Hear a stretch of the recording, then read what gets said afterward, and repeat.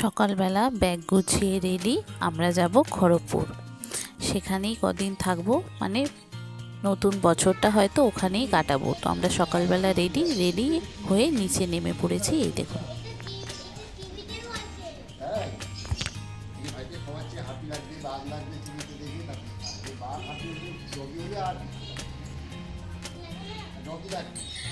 নতুন বছরের শুরুটা হয়তো ওখানেই কাটাবো, সেটাই ইচ্ছা আছে। এই দেখুন,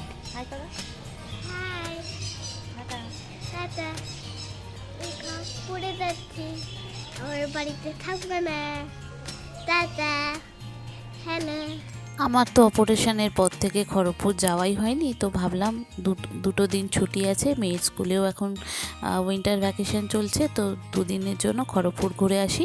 তো রান্টুও আমি সবাই মিলে চললাম খড়গপুর। এই যে গাড়ি এসে গেছে, বুকিং করে ফেলেছিলাম, আমরা নিচে নেমে পড়েছি, গাড়ি এসে গেছে। এবার গাড়িতে ওঠাবো। আমাদের 12:50 ট্রেন, ইস্পাত এক্সপ্রেসটা বুকিং করেছিলাম। জানি সারা বছর মানে এই সময়টা ট্রেনের ক্যান্সেল চলছে, লোকাল ট্রেনে। তো ভাবলাম যে এক্সপ্রেস ট্রেনই বুক করে ফেলি, একদম তাড়াতাড়ি চলে যাব। তো সকাল সকাল আমরা দুটো ভাত খেয়ে নিয়েছি, আর মেয়ের জন্য একটু সকালবেলা প্রেশার কুকারে পোলাও করে দিয়েছিলাম। নিয়ে একটু টিফিন বক্সে নিয়ে আমরা চলে গেলাম, বেরিয়ে পড়লাম হাওড়া স্টেশনের উদ্দেশ্যে। তো কি সুন্দর লাগছে দেখুন, খুব তাড়াতাড়ি চললাম হাওড়া স্টেশনের দিকে। গাড়ি খুব একটা মানে রাস্তায় খুব একটা জ্যাম পাইনি, তো সেইভাবেই আমরা চলে গেলাম। আর আমরা যাচ্ছিলাম পার্ক স্ট্রিটের উপর দিয়ে। এই দেখুন, রাত্রিবেলা হয়তো হলে লাইটগুলো দেখতে পেতাম, কিন্তু দিনের বেলা শুধু লাইটগুলোই দেখতে পাচ্ছি, কোনো আলোর রোশনাই আমরা কিছু দেখতে পাচ্ছি না। এখান থেকে সোজা যেমন হয় খুব তাড়াতাড়ি পৌঁছে গেলাম হাওড়া স্টেশনে। এই বন্ধ লাইটগুলো দেখতে দেখতেই চললাম হাওড়া স্টেশনের উদ্দেশ্যে। দেখুন, শুধুই ফাঁকা লাইট।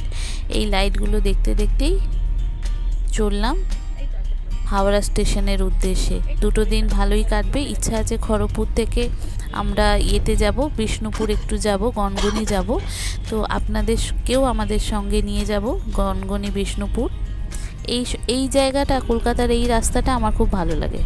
এই রাস্তাটা দিয়ে যেতে দুপাশারই প্রচণ্ড গাছ, আর এইটা দিয়ে গিয়েই আমরা চলে যাব ধর্মতলা এসপ্ল্যানেড।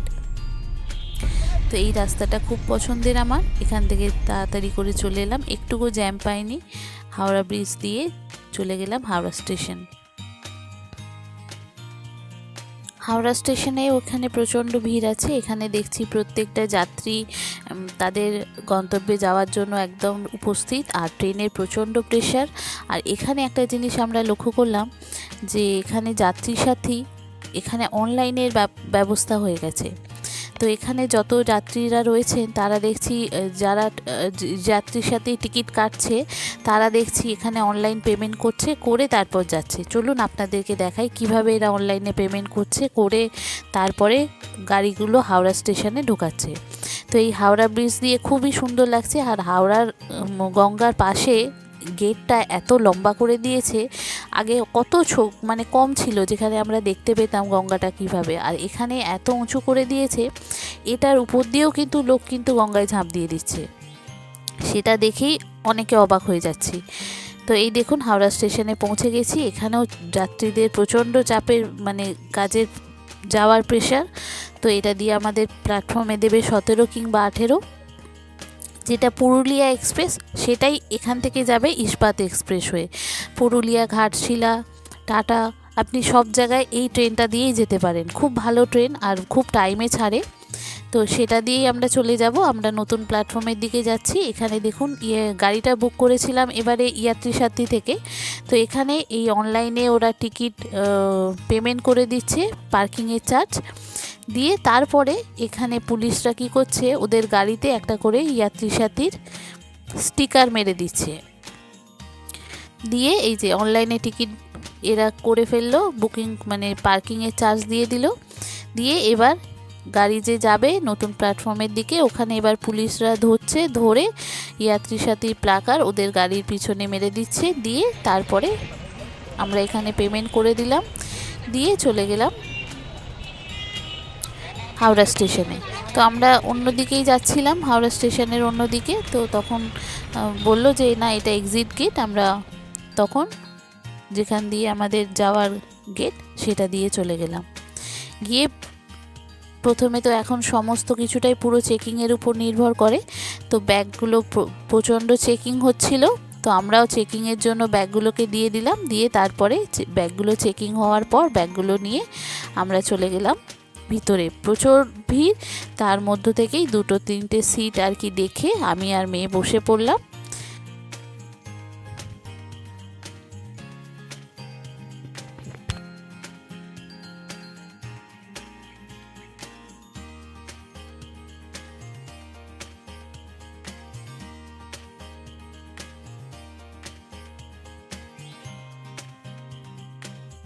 আমরা এখানে স্টেশনে সময়ের আগেই চলে এসেছি। এখানে বসে বসে মা মেয়ের একটু খুনসুটি, একটু গল্প, একটু ছবি তোলা, একটু রিলস বানানো, এই সবই করলাম 1 ঘন্টা ধরে।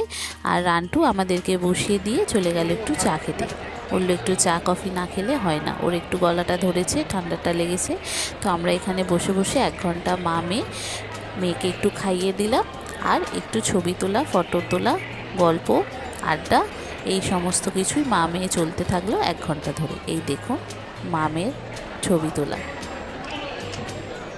মেয়েটা কত তাড়াতাড়ি আমার বড় হয়ে যাচ্ছে আমি সেটাই বুঝতে পারছি না। এই হলো এক্ষুনি 4.5 পেরিয়ে গেল, এবার পরের বছরই কিন্তু 5-এ পড়ে যাবে।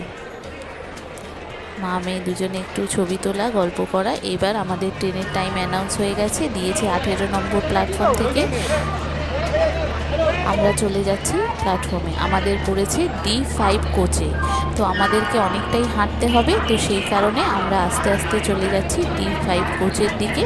প্রথমের দিকটা প্রচণ্ড ভিড় ছিল, তারপরে যত পিছন দিকে যাচ্ছি তত আমাদের এটা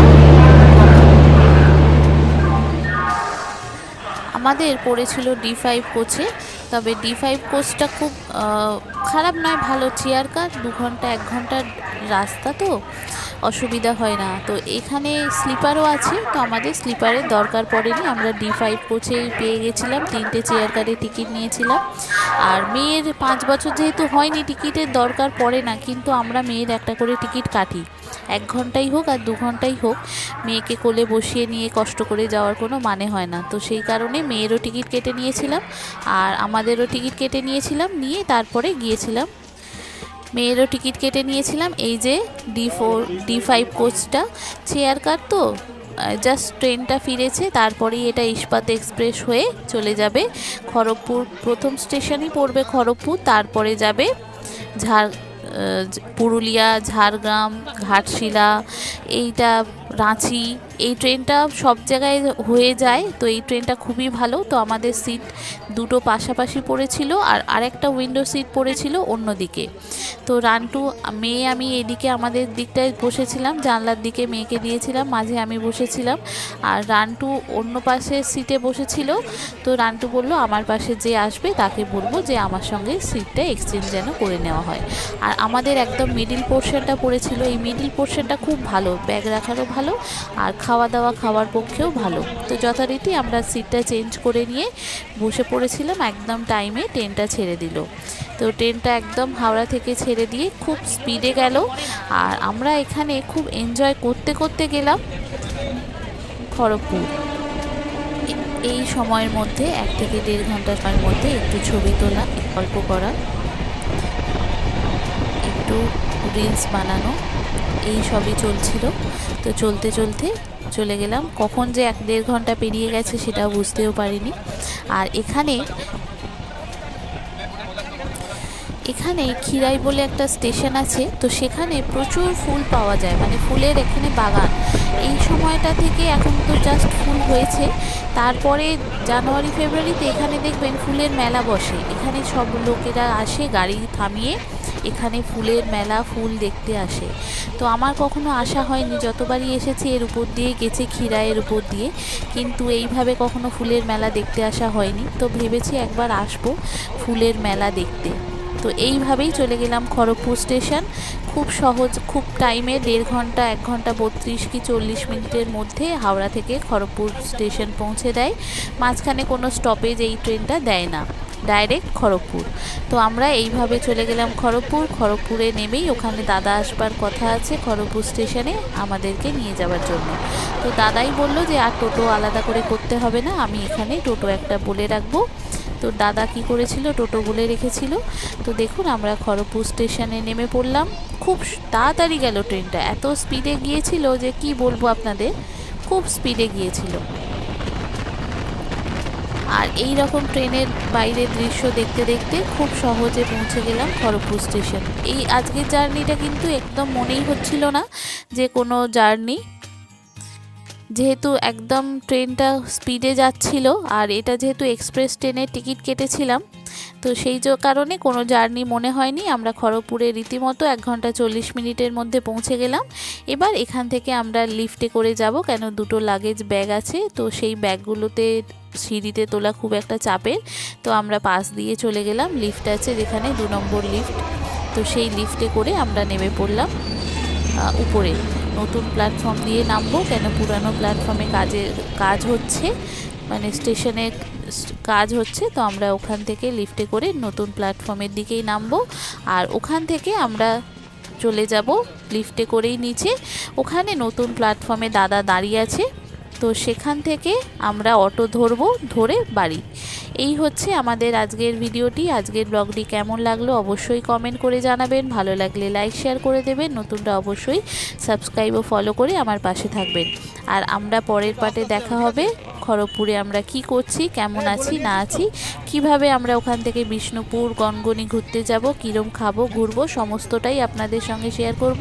পাশে থাকবেন, ভালো থাকবেন, সুস্থ থাকবেন, সাবধানে থাকবেন। দেখা হবে পরের একটা ব্লগে। আজকে এ পর্যন্তই।